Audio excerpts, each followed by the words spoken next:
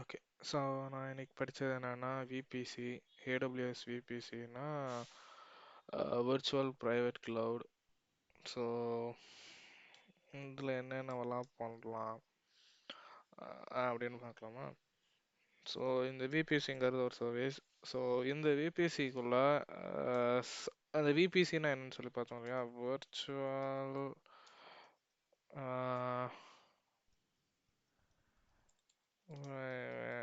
Cloud. இது வந்துட்டு கிட்டத்தட்ட ஒரு விபிஎன் மாதிரின்னு வச்சுக்கோங்களேன். சொல்லணும்னா விபிஎன் மாதிரி இல்லை, அந்த நெட்வொர்க் கனெக்ஷன்ஸ்லாம் மேக் பண்ணுற இடத்துல இதெல்லாம் யூஸ் ஆகிறது தான் இந்த விபிசி. ஸோ இந்த விபிசி வந்துட்டு இதுதான் சிம்பிளாக என்னன்னா விபிஎன் வச்சுக்கலாம், இல்லை ஒரு கனெக்டிவிட்டி. இப்போ ஏடபிள்யூஎஸ்லேருந்து நம்ம பப்ளிக் நெட்வொர்க் கூடயோ, இல்லை பப்ளிக் நெட்வொர்க்னு சொல்ல முடியாது, லைக் நமக்கு நம்ம ஆஃபீஸில் இருக்க டேட்டா பேஸ் கூடயோ இப்போ ஏதாவது கனெக்ட் பண்ணணும்னா நம்ம இந்த விபிசி தான் யூஸ் பண்ணுவாங்க மோஸ்ட்லி. ஸோ லெட்ஸே இதுதான் விபிசி. ஸோ இப்போ இந்த விபிசி விபிசி எதால் ஆயிருக்குன்னா சப்நெட்ஸ் அப்படின்னு சொல்லுவாங்க. ஸோ இது வந்துட்டு ரெண்டு டைப் இருக்குது, பப்ளிக், ப்ரைவேட். ஓகே.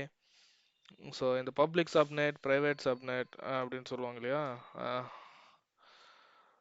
அதுதான் வந்துட்டு விபிசியில் அதுதான் இருக்கும். ரெண்டு டைப் இருக்குது சப்நெட்ஸில்.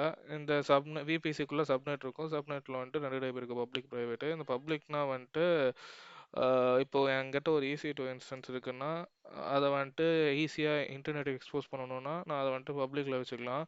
ஸோ இதை வந்துட்டு இன்டர்நெட்டுக்கு எப்படி எக்ஸ்போஸ் பண்ணுவேன்னா, இன்டர்நெட் ரொம்ப அழகாக எழுதுகிறேம்மா நான். இன்டர்நெட் கேட்வே இன்டர்நெட் கேட்வே மூலியமா EC2 பப்ளிக் சப்நெட்லேருந்து எக்ஸ்போஸ் பண்ணலாம்.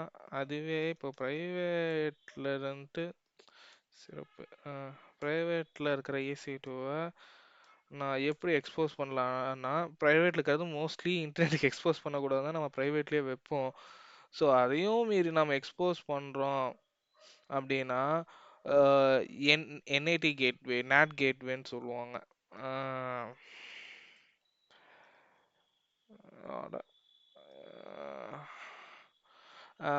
இந்த நேட் கேட்வே மூலியமா ப்ரைவேட்டில் ப்ரைவேட் சப்நெட்டில் இருக்கிற EC2 இன்ஸ்டன்ஸை இன்டர்நெட் எக்ஸ்போஸ் பண்ணலாம். இந்த நேட் கேட்வே வந்துட்டு இந்த பப்ளிக் சப்நெட்டில் தான் வச்சுருப்பாங்க. ஏன்னா இது வந்துட்டு டைரெக்டாக இன்டர்நெட் கூட கனெக்ட் ஆகிருக்காது. ஸோ அதனால ப்ரைவேட்டுக்கான இன்டர்நெட் கனெக்டிவிட்டி வந்துட்டு பப்ளிக்குள்ளே தான் இருக்கும். இந்த பப்ளிக்கு வந்துட்டு குளோபலாக இருக்கும் இன்டர்நெட் கேட்வே. அதில் வந்துட்டு நம்ம இன்டர்நெட் கூட கனெக்ட் பண்ணிக்கலாம். ஸோ இதுதான் லாஜிக்கு.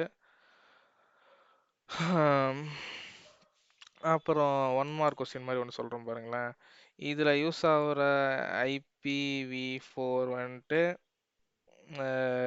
காஸ்ட்டுன்னு நினைக்கிறேன், காசு கொடுக்கணும்னு நினைக்கிறேன். இப்போது நம்ம கரெக்டு, காசு கொடுக்கணும். ஏடபிள்யூஎஸ்ல யூஸ் பண்ணுற IPv4க்கு IPv6 வந்துட்டு ஃப்ரீ. ஓகே. இப்போ ஏதாச்சும் எந்த இது ஃப்ரீ ரெண்டில், IPv4 IPv6 ஒன்று கேட்டாங்கன்னா V6 சொல்லிடலாம் டப்புன்னு. வேற என்ன படித்தோம்? இந்த விபிசி வந்துட்டு கொலன்னு இருக்கு. இந்த விபிசி லாஜிக்கே இல்லாத மாதிரி கேவலமாக இருக்குது, எனக்கு பிடிக்கவே இல்லை. சரி, அதெல்லாம் எதுக்கு விடுங்க.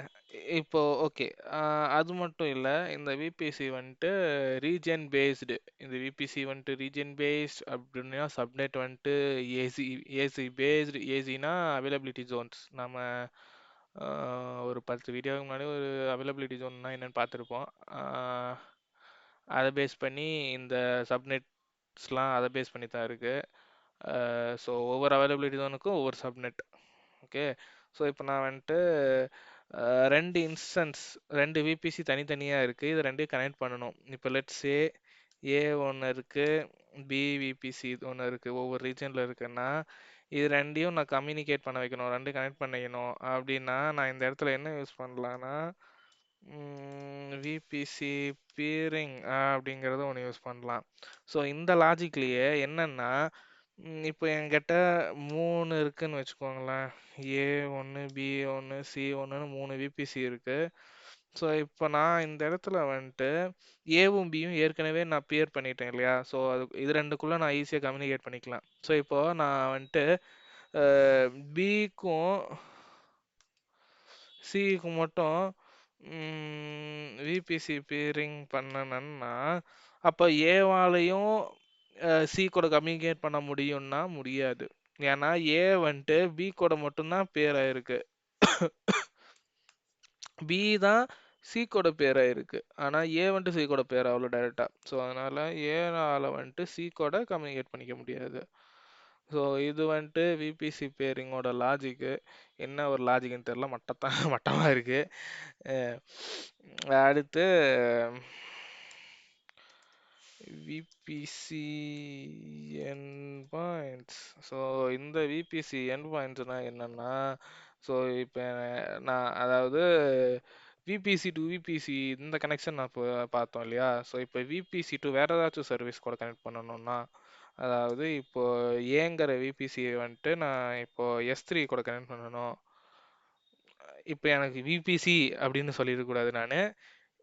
ஏ இன்ஸ்டன்ஸ் இப்போ அந்த விபிசியில் இருக்கிற ஏங்கிற இன்ஸ்டன்ஸை வந்துட்டு நான் S3 கூட கனெக்ட் பண்ணணும்னா நான் என்ன பண்ணலான்னா S3 S3னா அப்போ விபிசி என் பாயிண்ட்ஸ் யூஸ் பண்ணி கனெக்ட் பண்ணலாம். விபிசி என் பாயிண்ட் கேட்வே.